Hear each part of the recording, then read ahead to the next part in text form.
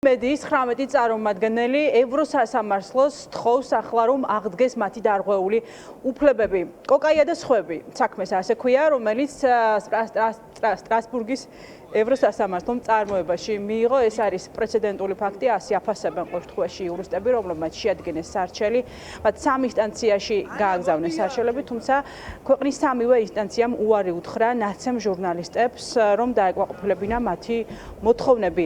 უფრო მეტიც 19 ჟურნალისტისგან, რომლებიც სარჩელში არიან მოხსენიებული, ნახევარზე მეტი არ ფლობს დაზარალებული სტატუსს. მათ საგამოძიებო უწყებებმა, ჯერ კიდევ კაციტადის უწყებამ, როდესაც ის ფუნქციონირებდა, უარი უთხრა, რომ მიენიჭებინა დაზარალებული სტატუსი. ამიტომ ახლა ნაცემი დარბეული ჟურნალისტები ევროსასამართლოს იმედად არიან და მათ აქვს საკმაოდ დიდი მოლოდინები იმისა, რომ ევროსასამართლო, სტრასბურგის ადამიანის უფლებათა სასამართლო ქართულ მხარეს მოსთხოვს მათი უფლებების აღდგენას, მინიმუმ იმის აღიარებას, რომ გაზაფხულის აქციების დროს, როდესაც საქართველოს მშვიდობიანი მოქალაქეები ივანიშვილის ხელისუფლებას დაუპირისპირდნენ რუსული კანონის მიღების გამო და ამ დროს მიაყენეს დაზიანებები, მათ შორის თავისუფალი მედიის წარმომადგენლებსაც დარბევების დროს, მინიმუმ მოუწევს ივანიშვილის რეჟიმს აღიარება იმისა, რომ მშვიდობიან მოქალაქეებს უმიზეზოდ ესხმოდა თავს და მათ შორის მოყვნენ უკვე თავისუფალი მედიის წარმომადგენლებიც. სტრასბურგის სასამართლო მიიღო 19 ჟურნალისტის საქმე წარმოებაში, რომელიც უკავშირდება 2023 წლის მარტის აქციებს, რომელიც იმართებოდა ეგრეთ წოდებული რუსული კანონის წინააღმდეგ, სადაც დაზარალებული სტატუსი მოგვენიჭა რამდენიმე ჟურნალისტს და ოპერატორს. თუმცა ხაზგასასმელი არის ის ფაქტორიც, რომ არც ერთმა ინსტანციამ საქართველოში არ დააკმაყოფილა ჩვენი საჩივრები, არ მიიღო მტკიცებულებათა ერთობლიობა ჯამში, რაც მიიღო სტრასბურგის სასამართლომ.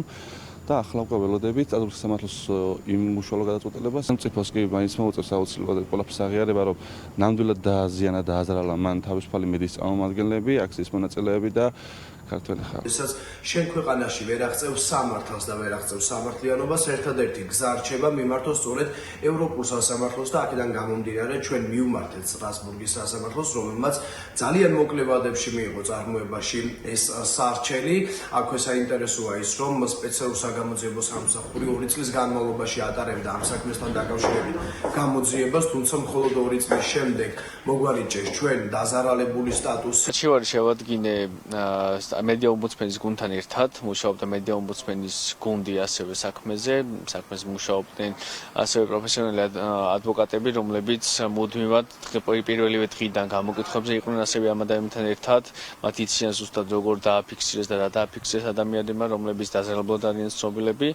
ის მნიშვნელოვანი განმეორებები, რომლებიც წესით გამოძიებისთვის უნდა ყოფილიყო საკმარისი იმისათვის, რომ თუ არა კონკრეტული პიროვნებების პასუხისმგებლობა, მინიმუმ ამ ადამიანებისთვის დაზარალებული სტატუსი მაინც მიენიჭებინათ შესაბამის დროს. ევროსასამართლოში გაგზავნილი სარჩელის ავტორები არიან ქვეყნის კვალიფიციური ადვოკატები, მათ შორის მედია ომბუდსმენი, რომელიც იცავს საქართველოში თავისუფალი მედიის წარმომადგენლების უფლებებს. ადვოკატებმა ყველაზე კარგად იციან ახლა თითოეული ჟურნალისტის საქმე, გამომდინარე იქიდან, რომ ისინი არიან ყველა სარჩელის ავტორი, რომელმაც მოიარა ქართული სამივე ინსტანცია და მათ შორის ისინი დაყვებოდნენ გამოკითხვებზე, საგამოძიებო უწყებაში, კაციტადის უწყებაში, ყველა ჟურნალისტს, თითოეული ჟურნალისტის საქმე იციან ადვოკატებმა. ახლა ორ ეტაპად უნდა გაგრძელდეს საქმე, მას შემდეგ რაც ევროსასამართლომ მიიღო წარმოებაში ეს საქმე.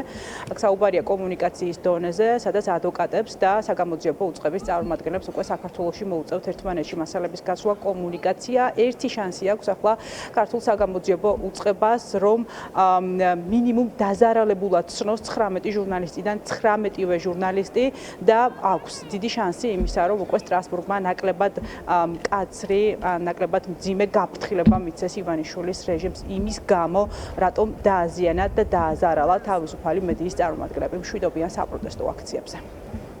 პირდაპირ ეთერში სოფონია ური საუბრობდა.